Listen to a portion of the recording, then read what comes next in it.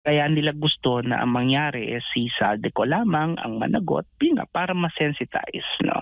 Ma-shield off si Martin Romualdez. Kasi kapag hindi nila na-shield off si Martin Romualdez, mangyayari niyan, tuloy-tuloy na to hanggang sa presidente.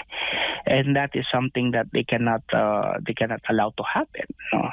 Considering na meron pang mahigit 2 taon yung Pangulo, no, na nakaupo. And they don't want him to be that unpopular, no? Lalong-lalo na sa mata ng publiko, lalong-lalo na yung naratibo nga na ginagawa nila is that, kumaga parang pinapalabas nila is that the president is one with us in finding the solution to this problem. Yun yung yung spin ng Malacanang, di ba? Na parang yung Pangulo ay kaisa natin dito at yung Pangulo ang siyang nagsiwalat nito, no? Para nalaman natin. When in fact, maaring totoo yun, ano? Pero you cannot also disclaim the fact that he signed the GAA with so many unprogrammed budget insertions and appropriations that were not included in the NEP. No? So, yun yung yung mahirap ipaliwanag dito basically. Pero I think what they really want to have is for only Saldico to be implicated, and that's it. Siguro, kumbaga parang gagawin nilang sacrificial lamb si Saldico para lang to appease the anger of the people, para lang masabi na may nangyari dito, merong malaking isda na napakulong, ano. Pero the problem is the most guilty, no? Yung kasi yung ang hirap naman na yung pinaka mastermind out there in the open, 'di ba? Parang walang nangyari kasi yung pinaka-arkitekto malaya, no? At nasa kanya pa rin yung mga pera. Yun yung kailangan natin sigurong matingnan din dito.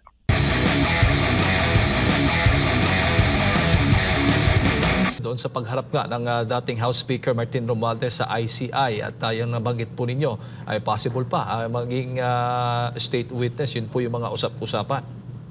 Ito nga dito lamang tayo sa Pilipinas nakakita ng ganitong katinding palabas, no, na kung saan yung supposedly tinuturo na siyang mastermind at chief architect nitong napakalaking pandarambong sa ating kasaysayan, siya pa ngayon yung parang gagawin nating bayani, no, at malalaman kung magiging dahilan para malaman yung katotohanan regarding this, no. Ewan ko lang kung papaano to gagawin ni former Speaker Martin Romualdez, no, na maging state witness at ituturo niya yung sarili niya, no, kung sakali mong ituturo niya yung sarili niya. At yun kung talaga magiging totoo siya doon sa kanyang susumpaan, ano, na talagang babanggitin niya lahat ng katotohanan. Pero kidding aside, I think what really Martin Romualdez is and the government is trying to frame here is that the buck ends only with Saldico. No? Di nang nakikita ko ngayon na na framing. No? Ang mangyayari dito is hindi pwedeng ma-implicate si Martin Romualdez, because if Martin Romualdez will be implicated, and I've said this in many other interviews, the next stop will be Malacanang, and they need to shield BBM in this mess. So, I think kaya nilang ilaglag hanggang sa level ni Saldico, no? Pero hindi nila po pwedeng bitawan itong si Martin Romualdez because they need to also protect the president. And everything is being staged to this effect, no. Kitang-kita naman natin yung trajectory, including the ICI, and I've lost confidence in this ICI when the time that Mayor Benji Magalong resigned from it. I think Benji Magalong was the only lone bright spot in that investigation, but when he resigned, I already lost confidence in it, no. Kasi kung titingnan natin yung narrative, no, plain and simple. Everything is appointed by the president. The ICI was handpicked by the president. The ombudsman was handpicked by the president.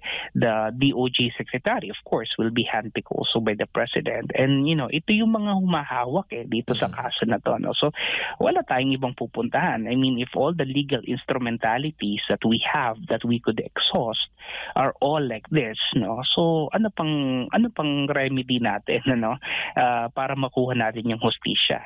Imagine the ICI telling us na hindi nila makita yung linkage, o yung pagkakadawit nito mga politiko nito dito sa issue na to. I don't know kung ano ang tinitignan nila. I really don't understand where they're coming from, but any normal citizen on the street will tell you that they're glaring realities that these people are supposed to be involved and implicated in this mess. Opo, at gusto din marami sa mga grupo o sa ating mga kababayan, taong bayan mismo gusto ng isa publiko, gawing publiko, bukas sa publiko itong ginagawang pagdinig ng ICI. Pero nanindigan po yung ICI na hindi po pwede dahil nga po ay may mga confidential na mga impormasyon na dapat nga po hindi magiging siwalat sa publiko. Parang ganun po ang dating, Prof. Which to me is something that I cannot comprehend, because we have the constitutional right to information, and this is all about our money being squandered. This is all about our money being stolen from us. Kumbaga parang sa isang pagdinig, halimbawa, ilagay na lang natin sa konteksto ng isang problema sa isang barangay, halimbawa. Papayag ka ba na ikaw ay pinagnakawan, pero nung nagpatawag ng conciliation or mediation, wala ka doon. Ang nandun lang yung lupon tsaka yung tao na nirereklamo. Pero ikaw na nagrereklamo na pinagnakawan ka, hindi ka allowed umattend. Diba? It's something that is so incomprehensible to me. How could that ever happen? No? Because the people really deserve to know. No? If it's all about confidentiality, wala pa naman tayo dito sa level na tayo ay nagpa-file na ng kaso. Diba? Ito ay fact-finding pa lang naman. No? So ano bang pagkakaiba nito doon sa televised hearing ng Senado? Ano bang pagkakaiba nito doon sa hearing sa Congress before that is also televised? Kung titingnan nga natin, mas maganda pa nga yun kasi at least kahit paano, kahit may mga pagmamaniobra rin na ginawa doon, at least kahit paano, may mga nakuha tayo na mga information, may mga nalaman ang taong bayan, kaysa dito sa closed door executive sessions na ginagawa nila na God knows what evidences they're trying to come up with. We don't know because it's not open to the public. And then the next thing we know is that all of their evidences will be given to the DOJ and to the ombudsman for the filing of cases. And alam naman natin kung sino yung ombudsman, sino yung DOJ. So, yun nga yun Kumbaga parang maliwanag na kung titingnan natin, ang laking problema.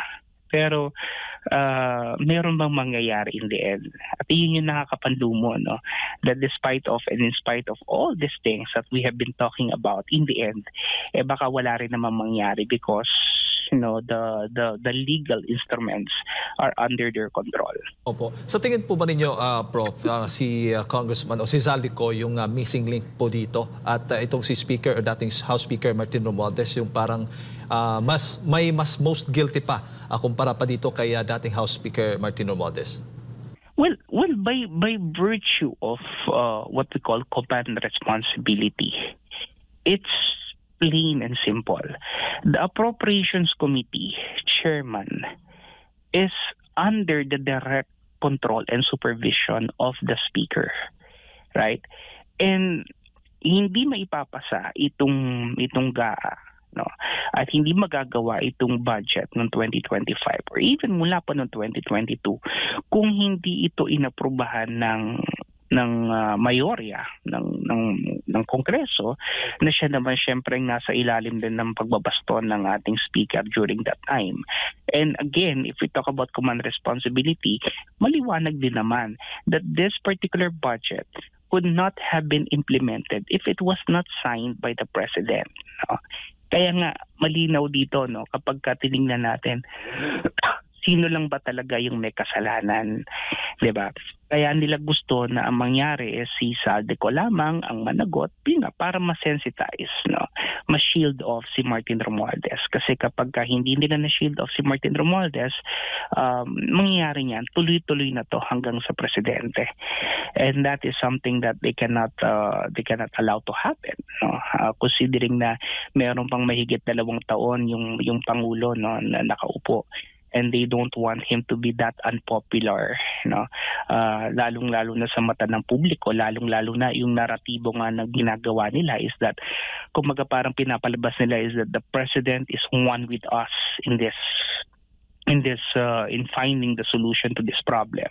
Yun yung spin ng Malacanang, 'di ba? Na parang yung Pangulo ay kaisa natin dito at yung Pangulo ang siyang nagsiwalat nito, no?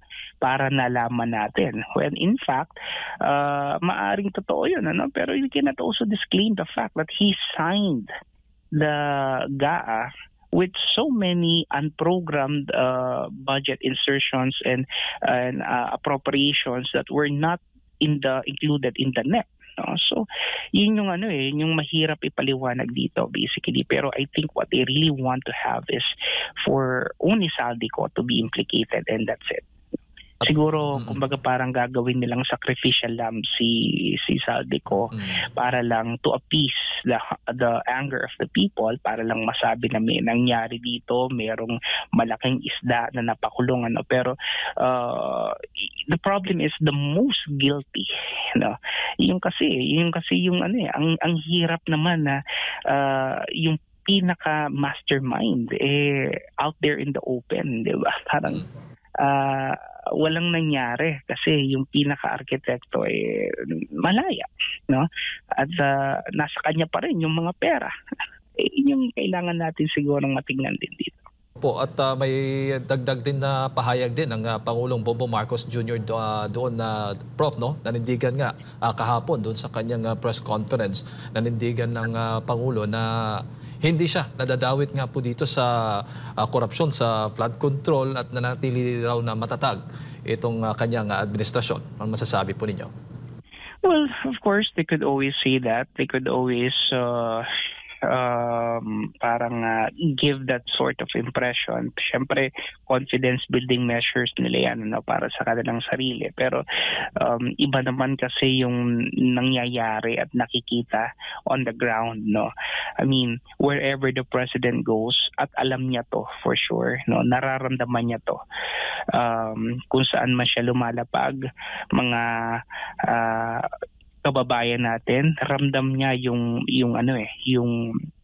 pagtanggap sa kanya, no, na ni wala halos gustong kumaway sa kanya. He keeps on waving his hand, pero nobody would want to wave his hand back to him. And he's the president, no? I mean, ni walang gusto magpa-selfie. I mean, 'di ba? Parang that alone is a manifestation that you're being many of the people are not in favor of you anymore, and that you have become a very unpopular leader for this. And why do I say he's an unpopular leader? Because of his relative weakness, no. The mere fact nga na ito pinanggit ko maraming beses na in many other interviews, na nung tinanong mo yung taong bayan kung anong nangyari sa ating gobyerno, di ba? Parang that already in itself is a manifestation of an extreme weakness as a leader, no? Because you're not just shedding off the accountability. You don't know what happened, and yet you are the chief executive. You are supposed to be on top of the situation. And the worst thing that you can ask the people is, what has happened to this government? When in fact you are the government, you represent the government. So ito yung talagang mahirap intindihin dito sa ating Pangulo at the moment. And lahat naman ng narrative papunta talaga doon kung paano nila talaga i-shield off si President BBM. Pero at the end of the day, hindi natin mayaalis the mere fact that he signed this piece of legislation called the General Appropriations Act. Hindi natin maisa sa isang tabi yung kanyang involvement dito sa issue na to. Opo. Bago ko lang ipasa kay partner Admar, Prof, sa makatwid pa sa sinasabi po ninyo, nababanggit po ninyo ang nagtatag ng ICI, ang Pangulong Bongbong Marcos, ang nag-appoint ng iba pang mga ahensya tulad na po ito ng Ombudsman, ang DOJ, ang Pangulo. Sa tingin mo, ginawa po ito para protektahan ang mga kaalyado? Well,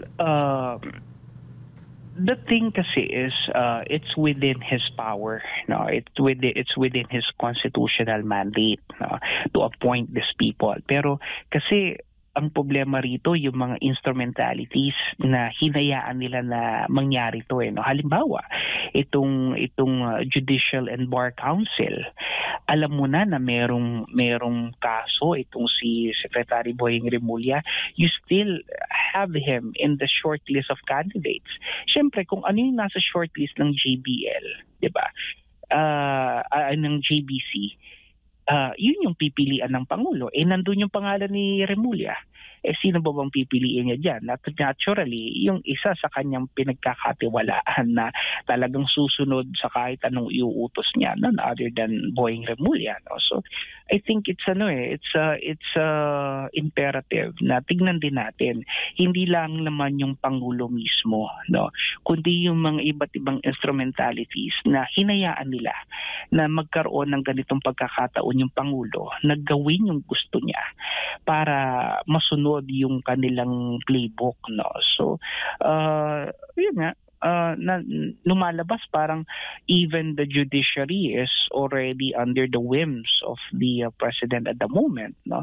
Wala na tayong pagtatalunan sa Congress kasi both houses kontrolado rin naman niya, and ito nga executive, syempre nasa kanya yung mga yan, ano. So including the ombudsman right now, kumbaga nag-spill over na yung kanyang kapangyarihan all the way to the judicial level. So kapag ganito katindi yung saklaw ng kapangyarihan ng Pangulo, no, ano bang aasahan natin na magyayari dito sa napakalaking issue na to, no? So kaya nga yung mga panawagan halimbawa ni Representative Kiko Barsaga ng People Power, I think it's really more of a desperation on his side, no. Desperation because alam niya na kung aasa lamang tayo dito sa mga legal instrumentalities ng ating pamahalaan, sa mga ahensya ng pamahalaan, naggawin itong kanilang trabaho para masiguro na may hustisya tayong makukuha dito sa napakalaking katiwalian na to, nararamdaman niya na hindi mangyayari yon. And the only way by which we could get the justice that we so deserve and that we are so longing for is by an extrajudicial and extra constitutional means, and of course that could be done through people power. I think that is what Representative Kiko Barsaga is trying to arrive at, because nakikita nga niya na wala tayong pupuntahan na lahat ito ay kontrolado, lahat ito ay namamanipula at na mamaniobra ng administrasyong ito.